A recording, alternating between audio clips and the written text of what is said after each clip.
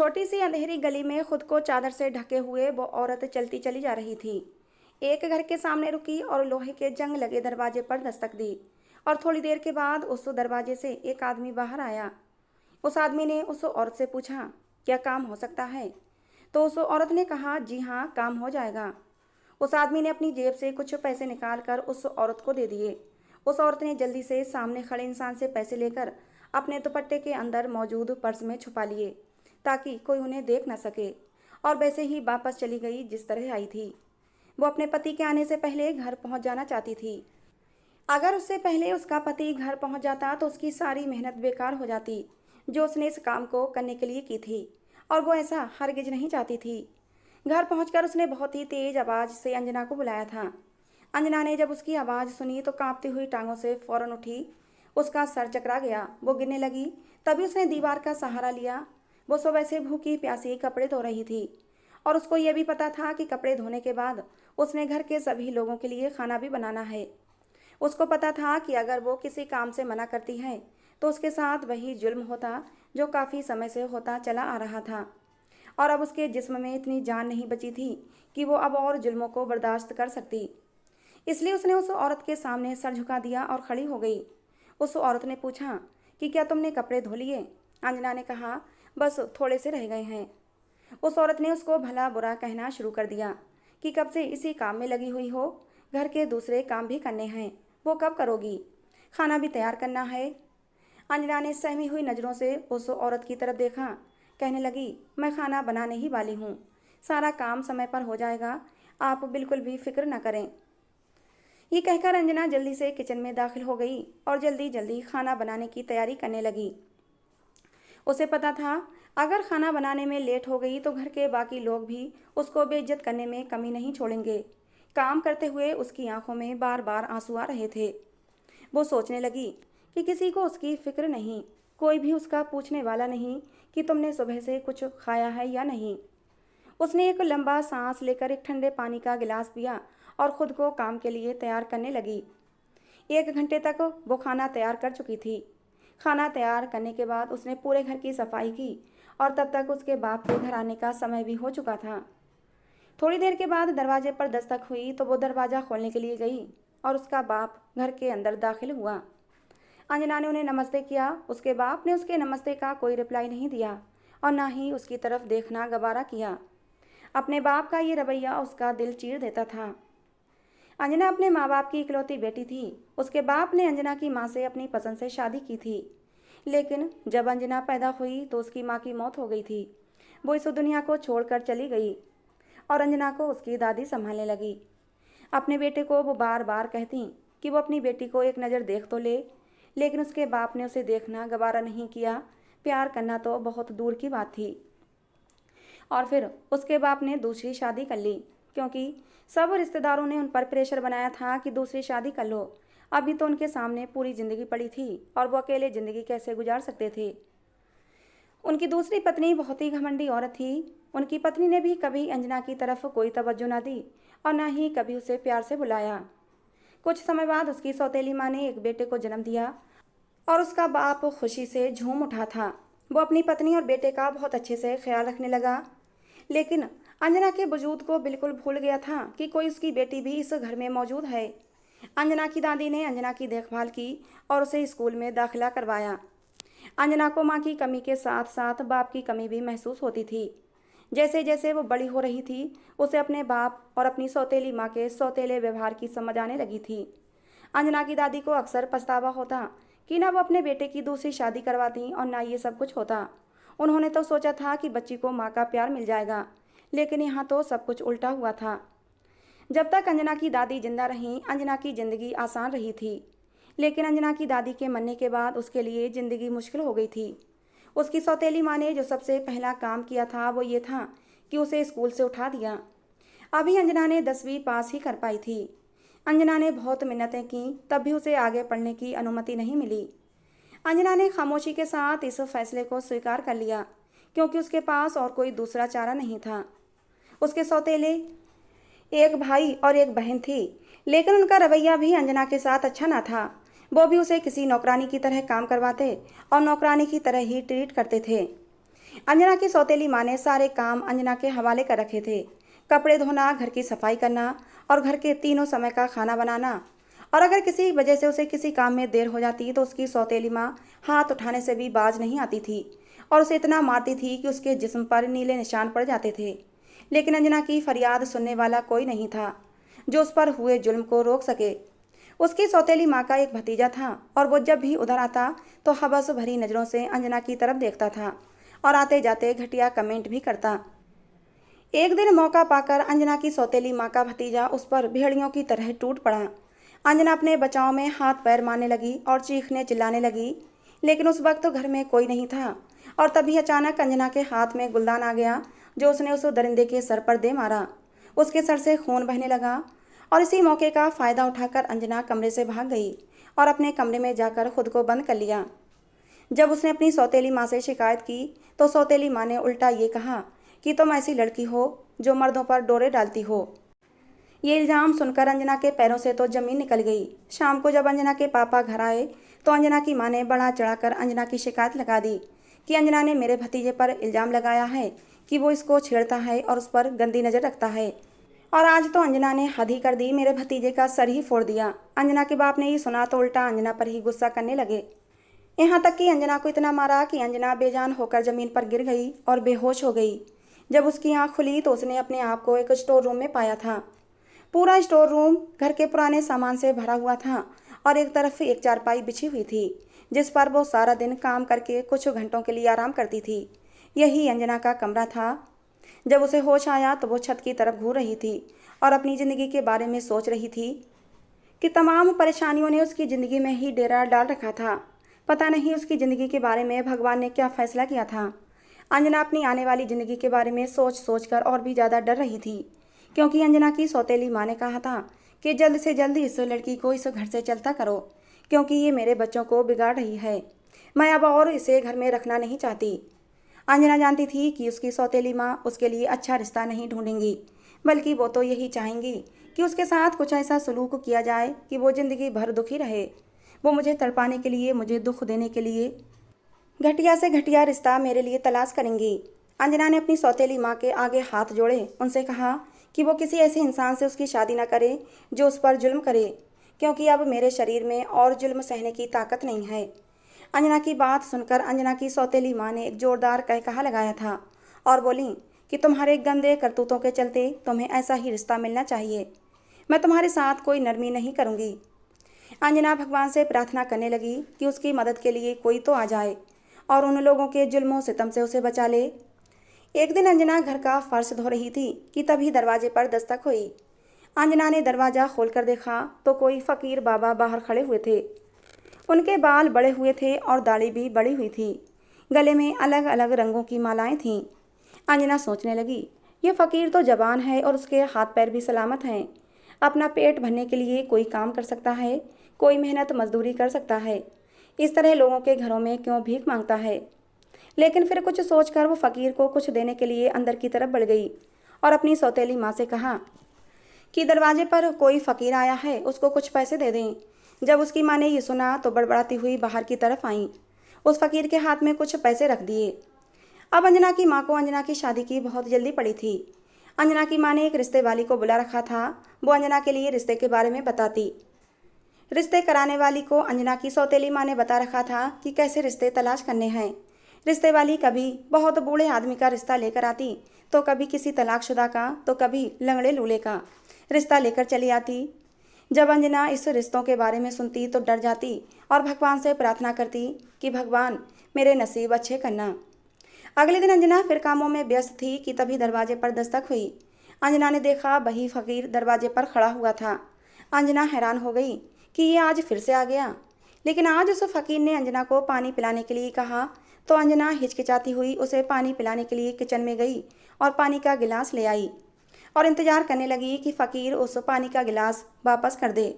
अभी वो दरवाजे में ही खड़ी थी कि उसकी सौतेली माँ बाहर आती हुई दिखाई दी। वो शक भरी नज़रों से अंजना की तरफ देखने लगी। अंजना जल्दी से अंदर चली गई। जब उसकी माँ गिलास लेकर घर में आई तो उसे खूब डांटा और कहने लगी कि तुम कौन होती हो यूँ बाहर किसी को पानी पिलाने वाली। बाहर दरवाजे पर खड़े होकर गैर मर्दों से नैन मटक्का करती हो। मुझे तुम्हारे लक्षण कुछ अच्छे नहीं लगते, तुम्हारा मुझे जल्दी ही इंतजाम करना पड़ेगा। अंजना ने कहा कि वो प्यासा था, मुझसे पानी मांग रहा था, तो मैं उसे कैसे मना कर देती। उसकी सौतेली माँ ने कहा कि अगली बार मैं तुम्हें दरवाजे पर खड़ा न देखूं, वरना मुझसे बुरा कोई नहीं होगा। और ये कहकर वो वापस चली गई।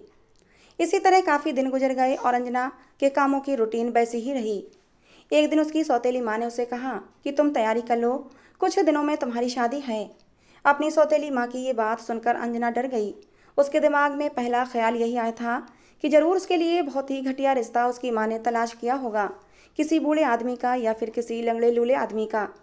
अंजना अपनी माँ के सामने हाथ जोड़कर बैठ गई और बोली, माँ मेरे ऊपर ये जुल्म ना करें, आप जैसा कहेंगी मैं वैसा ही करूँगी, आपके सारे काम करूँगी, आप जैसा कहेंगी वैसा ही करूँगी, कोई शिकायत का मौका नहीं दूंगी। लेकिन उसकी सौतेली माँ ने कहा, अब फैसला हो चुका है, रविवार को तुम्हारा विवाह है, तुम तैयार रहना। अंजना आंसू बहाती हुई चुप हो गई और सोचने लगी, क्या मैं अपने बाप से इस बारे में बात करूं? लेकिन वो अपने आप में इतनी हिम्मत पैदा नहीं कर पा रही थी कि ये बात अपने बाप से कहे। रात को जब उसका बाप घर आया तो उसने हिम्मत करते हुए उनसे बात करने का फैसला किया और उनके कमरे में चली गई। उसकी सौतेली माँ उस समय कमरे में नहीं थी और उसे ये मौका एकदम सही लगा। उसने डरते हुए अपने बाप से कहा कि मम्मी मेरी शादी करवा रही हैं, आप इस शादी को रुकवा दें, मैं आपको बिल्कुल भी तंग नहीं करूँगी, ना ही कोई शिकायत का मौका दूंगी। उसके बाप ने हाथ उठाकर उसे बात करने से मना कर दिया और कहा कि तुम्हारी माँ जो भी कर रही है ठीक कर रही है, शादी के लिए खुद को तैयार कर लो और इस घर से विदा हो जाओ।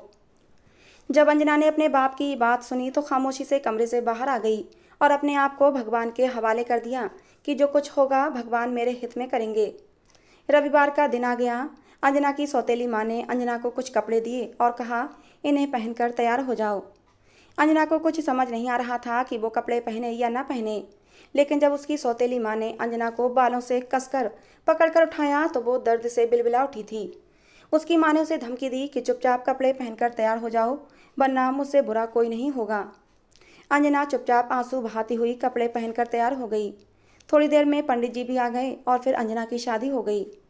शादी होने के थोड़ी देर बाद उसकी माँ उसके पास आई और कहा कि अब तुम्हारी विदाई का समय आ गया है। अंजना खामोशी से उनके साथ चल दी। विदाई के समय अंजना की माँ ने अंजना को एक थैली दे दी जिसमें अंजना के कुछ पुराने कपड़े थे। इस थैली के अलावा अंजना इस घर से कुछ भी लेकर नहीं जा रही थी। इस तरह अंजना विदा होकर घर से निकल आई। अंजना ने देखा कि वो जिन लोगों के साथ विदा होकर जा रही थी उस गाड़ी में सिर्फ 4 मर्द थे, औरत कोई नहीं थी। अंजना को समझ नहीं आ रहा था कि उनमें से अंजना का पति कौन सा है। थोड़ी दूर जाने के बाद 3 आदमी गाड़ी से उतर गए, सिर्फ एक आदमी गाड़ी में बचा। उस आदमी ने अंजना से कहा कि इस गाड़ी से उतरकर रिक्शे पर सवार हो जाओ। अंजना उस रिक्शे पर सवार हो गई और फिर उसी रिक्शे पर वो चौथा आदमी भी बैठ गया। जब अंजना ने उसे गौर से देखा तो अंजना की जान निकल गई, क्योंकि ये तो वही फकीर था जो अंजना के घर आता था। आज उसने फकीरों वाले कपड़े नहीं पहने थे, फकीरों वाला हुलिया नहीं था, लेकिन उसके बाल और दाढ़ी वैसे ही बड़े हुए थे। अंजना उस आदमी को देखकर हैरान हो गई। सोचने लगी, तो मेरी माँ ने इस फकीर को मेरे लिए पसंद किया है, यानी मेरी शादी एक फ़कीर के साथ कर दी है। इससे बड़ा मेरे ऊपर क्या जुल्म होगा कि मेरी माँ ने एक फ़कीर से मेरी शादी कर दी। ये सोचकर ही अंजना की आंखों में आंसू आ गए। कुछ दूर चलने के बाद रिक्शा एक गली के सामने रुक गया। उस आदमी ने अंजना को नीचे उतरने का इशारा किया और खुद भी नीचे उतर गया। थोड़ी दूर चलने के बाद वो एक लोहे के जंग लगे दरवाजे के सामने रुक गए और दरवाजे पर लगा ताला वो आदमी खोलने लगा। दरवाजे पर ताला खोलने पर उस आदमी ने उसे अंदर दाखिल होने के लिए कहा तो अंजना घर के अंदर दाखिल हो गई। घर में बिल्कुल अंधेरा छाया हुआ था। अंजना एक तरफ को खड़ी हो गई। उसने घर के अंदर दाखिल होकर एक नज़र पूरे घर पर डाली। एक छोटा सा घर था, सामने 2 कमरे, एक छोटा सा आंगन और एक छोटा सा किचन था। आंगन में बाथरूम बना हुआ था। घर छोटा जरूर था लेकिन साफ सुथरा था। देखने में ये कहीं से भी फकीर का घर नहीं लग रहा था। उस आदमी ने कमरे का दरवाज़ा खोल दिया। कमरे में एक बेड, कपड़ों वाली अलमारी और एक सोफ़ा पड़ा हुआ था। उसने अंजना से कहा कि बैठ जाओ। इतना कहकर वो आदमी बाहर चला गया। कुछ देर के बाद वो वापस आया तो उसके हाथ में खाने की चीज़ें थीं। उसने वो खाना अंजना की तरफ बढ़ा दिया और कहा, खाना खा लो। लेकिन अंजना ने नामे सिर हिला दिया, कहने लगी, मुझे भूख नहीं। उसने अंजना से कहा, मेहरबानी करके खाना खा लो, जो कुछ हो चुका है उसे स्वीकार कर लो। यहाँ पर आपको किसी भी तरह की कोई परेशानी नहीं होगी। उसके बोलने के अंदाज से बिल्कुल भी नहीं लग रहा था कि वो कोई फ़कीर है, बल्कि वो तो बहुत ही सुलझा हुआ और पढ़ा लिखा इंसान लग रहा था। उस आदमी ने अपना नाम नैतिक बताया, लेकिन अंजना कुछ नहीं बोली। वो चुपचाप आंसू बहाती रही। थोड़ी देर तक वो इंतज़ार करता रहा कि अंजना कुछ खाना खा ले, लेकिन जब अंजना ने हाथ नहीं बढ़ाया तो नैतिक उसे खुद अपने हाथों से खाना खिलाने लगा। अंजना ने न जाने क्या सोचकर अपना मुंह खोल दिया। छोटे छोटे बाइट बनाकर नैतिक उसके मुंह में खाना देने लगा। अंजना रोती जाती थी और खाना खाती जाती थी। खाना खाने के बाद नैतिक ने कहा कि तुम इसी कमरे में आराम से सो जाओ, मैं दूसरे कमरे में सो जाता हूँ। ये कहकर नैतिक कमरे से चला गया था। अंजना भी दिन भर की थकी हारी थी। थोड़ी ही देर में उसे भी नींद आ गई और अगले दिन सुबह सवेरे नैतिक घर से निकल गया। अंजना से कहा कि घर का दरवाज़ा अच्छे से बंद कर लो, मैं शाम तक लौट आऊँगा। पति के जाने के बाद अंजना ने घर की थोड़ी बहुत सफाई की और किचन में देखा तो खाने पीने की तमाम चीज़ें मौजूद थीं। अंजना ने खाना तैयार किया और नैतिक का इंतज़ार करने लगी। शाम को जब वो वापस आया तो उसके हाथ में कुछ शॉपिंग बैग्स थे। उसने वो बैग्स अंजना को दिए और बोला, इन्हें खोल कर देखो। उन बैग्स में लड़कियों के कपड़े, जूते, मेकअप का सामान था। नैतिक ने कहा कि मैं ये सब तुम्हारे लिए लाया हूँ। अंजना हैरान हो रही थी कि फ़कीर होकर उसके पास इतने पैसे कहाँ से आए। अभी अंजना उससे इतनी बेतकल्लुफ़ नहीं हुई थी कि उससे कोई सवाल करती। उसने अंजना से कहा कि मैं आपके साथ कोई ज़ोर ज़बरदस्ती नहीं करूँगा, आपको पूरा समय दूंगा कि आप इस रिश्ते को पहले स्वीकार कर लें, तभी हम आपस में अपनी शादीशुदा ज़िंदगी की शुरुआत करेंगे। इससे पहले मैं तुम्हें टच भी नहीं करूँगा। अंजना को नैतिक की ये बात बहुत अच्छी लगी थी, क्योंकि अंजना दिमागी तौर पर इस रिश्ते के लिए तैयार नहीं थी।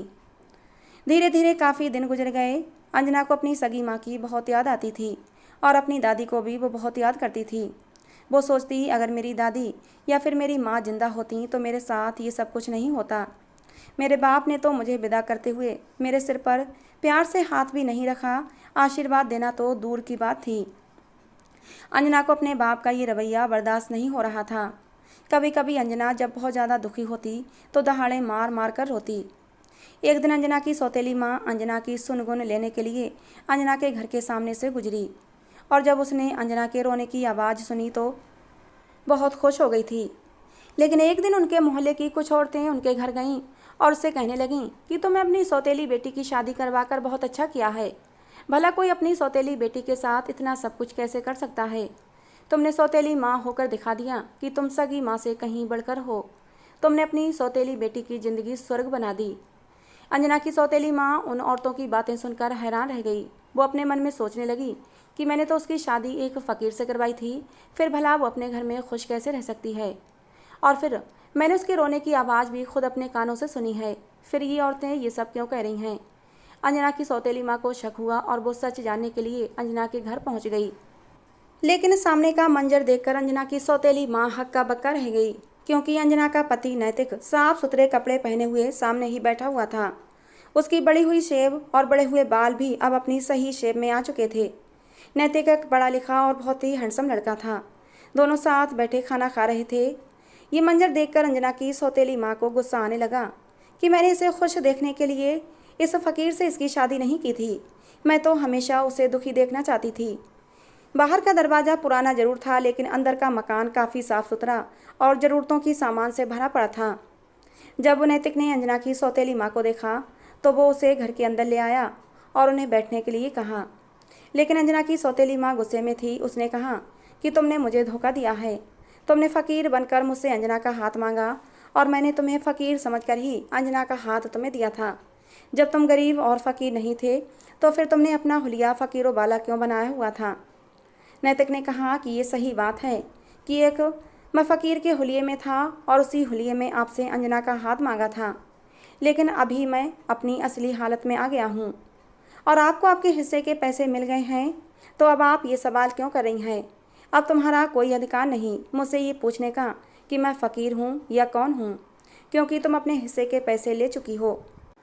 क्योंकि तुमने तो सिर्फ 10,000 में ही अंजना को मुझे बेच दिया था, लेकिन मैं अंजना के साथ शादी करके उसे इज्जत के साथ अपने घर ले आया हूँ और अब अंजना मेरी पत्नी है। अंजना की सौतेली माँ हक्का बक्का सी खड़ी थी। और नैतिक का मुंह देख रही थी। वो हैरानी से बोली, आखिर तुम कौन हो? क्योंकि तुम्हारे हुलिये से ऐसा बिल्कुल नहीं लगता कि तुम फ़कीर हो। नैतिक बोला, असल में मैं एक पुलिस वाला हूँ और मैं भेष बदलकर कुछ लोगों को ढूंढता हुआ उस दिन तुम्हारी गली में आ गया था। तुम्हारे घर से मैंने किसी के रोने की आवाज़ सुनी तो दरवाजे से अंदर झाँक कर देखा तो एक आदमी एक लड़की को बुरी तरह मार रहा था। मुझे ये सब देखकर बहुत दुख हुआ। मैंने उसी दिन फैसला कर लिया था कि इस लड़की को इस घर से और इन लोगों के जुल्मों से आज़ाद करा कर ही रहूँगा। इसलिए फ़कीर के रूप में आपके घर आने लगा था। मैंने उस दिन अंजना से पानी पीने के लिए मांगा, उसने फ़ौरन मुझे पानी दिया था। मैं अंजना की सादगी और उसकी खूबसूरती का दीवाना हो गया था और मैंने दिल ही दिल में सोच लिया था कि शादी करूँगा तो सिर्फ अंजना से ही करूँगा। इसलिए मैंने आपसे अंजना का रिश्ता मांगा।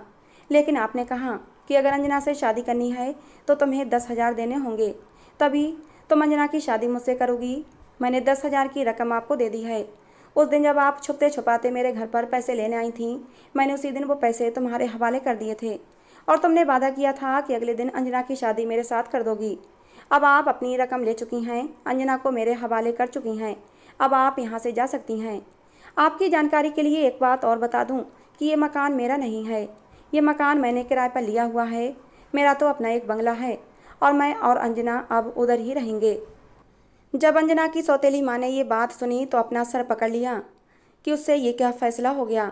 वो तो अंजना को दुखी देखना चाहती थी, लेकिन भगवान ने तो उसकी किस्मत में सब कुछ लिख दिया था। प्यार करने वाला पति, पैसा, शोहरत, सब कुछ। अंजना आंखें फाड़े ये सब कुछ देख रही थी और सुन रही थी। उसे तो विश्वास ही नहीं हो रहा था कि उसका पति एक पुलिस वाला है और बहुत ही पैसे वाला है। अंजना की सौतेली माँ अपने पैर पटकती हुई गुस्से से घर के बाहर जा चुकी थी।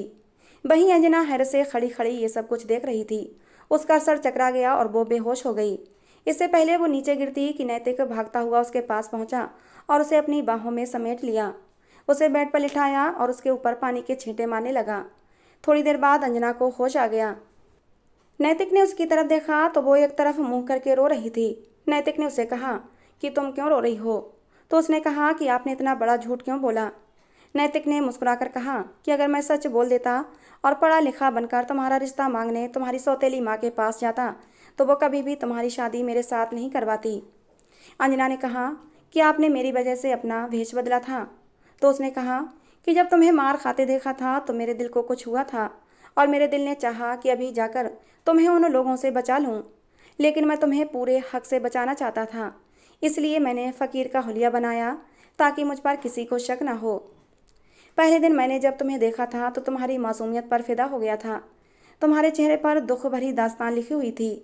मेरा दिल कर रहा था कि तुम्हें अभी इसी वक्त लेकर चला जाऊं, लेकिन मैंने अपने जज्बात पर काबू पाया और सही समय का इंतजार करने लगा। मैंने ये प्लान बनाया और तुम्हारी सौतेली माँ को अपने प्लान में फंसा लिया। इस तरह उनका लालच खुलकर सामने आ गया। तुम्हें उनके जुल्म से बचाने के लिए मैंने उन्हें पैसे दिए। तुम मुझे गलत मत समझना, मैं तुमसे बहुत प्यार करता हूँ और मैं तुम्हें हमेशा खुश देखना चाहता हूँ। आज तक कभी किसी लड़की ने मेरे दिल को नहीं छुआ तो सिर्फ तुम्हारी मासूमियत ने और तुम्हारी सादगी ने। मैं तुमसे मोहब्बत कर बैठा हूँ अंजना। तुमसे दूर रहकर अब जीने के बारे में सोच भी नहीं सकता। अंजना, अब फैसला तुम्हारे हाथ में है। तुम चाहो तो मुझे अपना लो, अगर ना चाहो तो ना अपनाओ। तुम्हारे ऊपर कोई जोर जबरदस्ती नहीं है। हाँ, मैं गलत था कि मैंने तुमसे झूठ बोलकर तुमसे शादी की, लेकिन ये मेरी मजबूरी थी। अंजना नैतिक की बात सुनकर रोते रोते हंस पड़ी और उठकर बैठ गई और नैतिक के गले से लग गई। आज उसे सब कुछ अच्छा लग रहा था। अंजना का नैतिक के गले से लगना था कि नैतिक भी खुद पर काबू नहीं कर पाया और उसने अंजना को कसकर अपनी बाहों में भर लिया।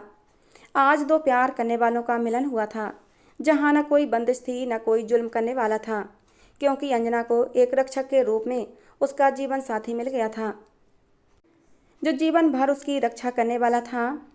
अंजना ने भी अपनी बाहों के घेरे नैतिक पर तंग कर दिए और दोनों एक दूसरे में खो गए। अंजना ने भगवान को धन्यवाद दिया कि उसने उसकी ज़िंदगी में इतना अच्छा और प्यार करने वाला जीवन साथी भेजा था। अब उसे किसी से कोई शिकायत नहीं थी। दोस्तों, ये कहानी आपको कैसी लगी कमेंट बॉक्स में ज़रूर बताना। पसंद आई हो तो प्लीज़ लाइक करना। ऐसी और कहानियों के लिए हमारे चैनल को सब्सक्राइब करना। कहानी को अंत तक सुनने के लिए आप लोगों का बहुत बहुत धन्यवाद।